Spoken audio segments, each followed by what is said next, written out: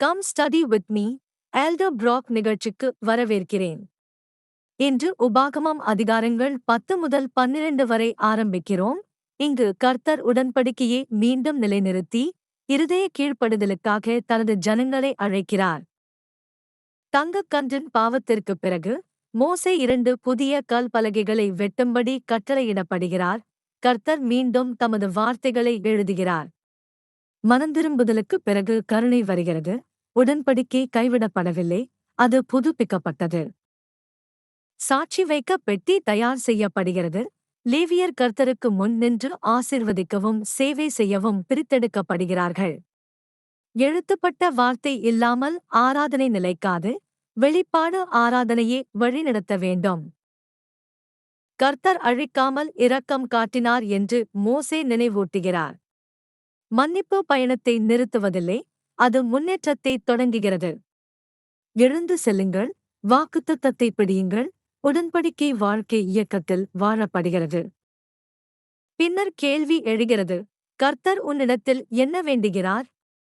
அவரை பயந்து, அவருடைய வழிகளில் நடந்து, அவரை நேசி, முழு இருதயமும் ஆத்துமாவும் கொண்டு சேவை செய்து, கட்டளைகளை காக்க. கீழ்ப்படுதல் வெறும் சட்ட பின்பற்றல் அல்ல, அது அன்பின் விசுவாசம். உங்கள் இருதயத்தைச் சுற்றறுத்துக் கொள்ளுங்கள், கடினமாய் இருக்காதீர்கள். பரலோகம் பூமி அனைத்தும் அவருடையது. ஆனாலும் அவர் தந்தையற்றவரையும் விதவையையும் அந்நியனையும் நேசிக்கிறார், உணவும் உடையும் அளிக்கிறார். அவருடைய ஜனங்கள் அவருடைய இரக்கத்தை பிரதிபலிக்க வேண்டும். பரிசுத்தம் இரக்கமின்றி முழுமையில்லை.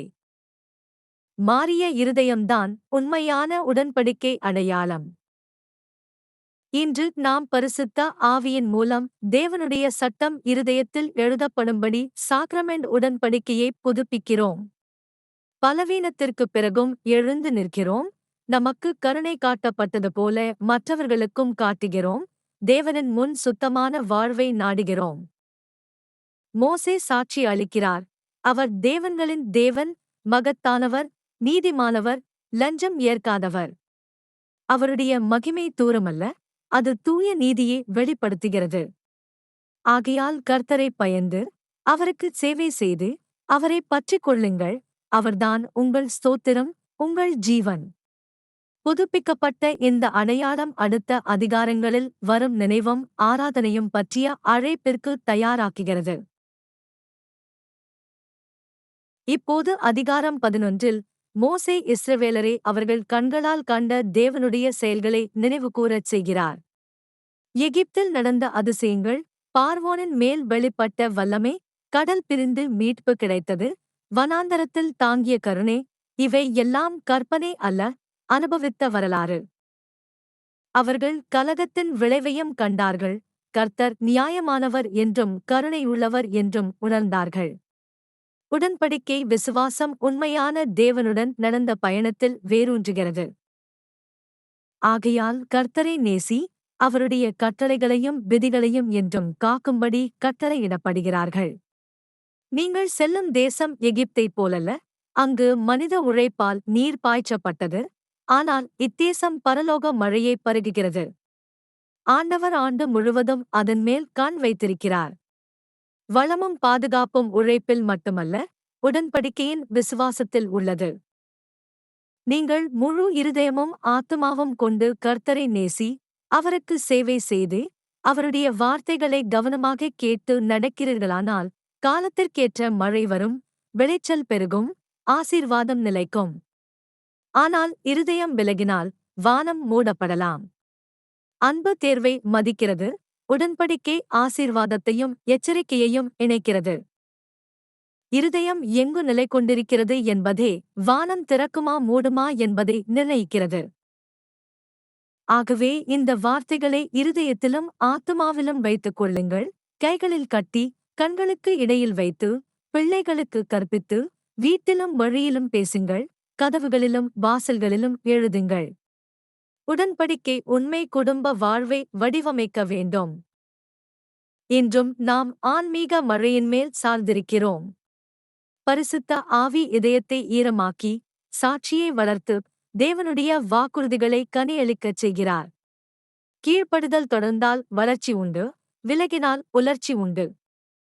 மோசே ஆசீர்வாதமும் சாபமும் உங்கள் முன் வைக்கப்பட்டிருக்கிறது என அறிவிக்கிறார்.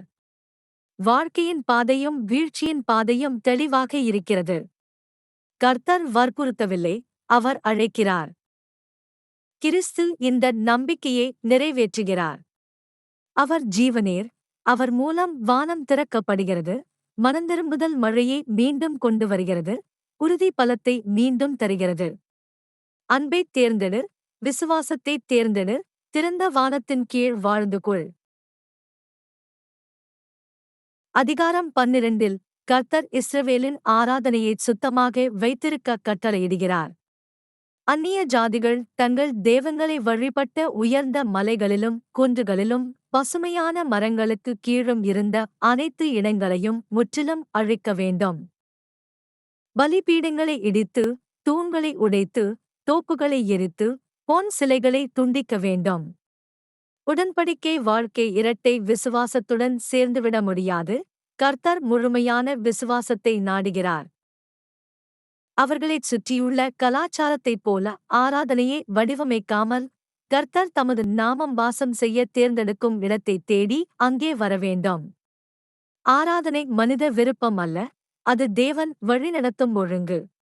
காணிக்கைகள், பலிகள், தசவந்தங்கள், நேர்த்திக்கடன்கள், சுய விருப்பத்தானங்கள், இவை அனைத்தும் கர்த்தர் நியமிக்கும் இடத்தில் கொண்டு வரப்பட வேண்டும்.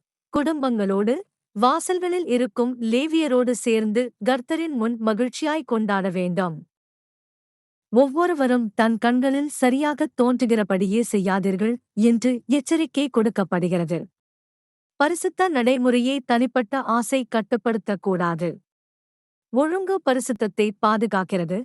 கீழ்ப்படிதல் மெதுவான சமரசத்திலிருந்து இருதயத்தை காக்கிறது. கர்த்தர் கட்டளையிடுவதைச் சேர்க்கவும் குறைக்கவும் கூடாது. அவர்களுக்கு ஆசீர்வாதத்தின் அளவின்படி வாசல்களில் இறைச்சி உண்ண அனுமதி உள்ளது, ஆனால் இரத்தத்தை உண்ணக்கூடாது, ஏனெனில் இரத்தமே உயிர். உயிர்க்கான மரியாதை உயிரை அளிப்பவருக்கு மரியாதை செலுத்துவதாகும்.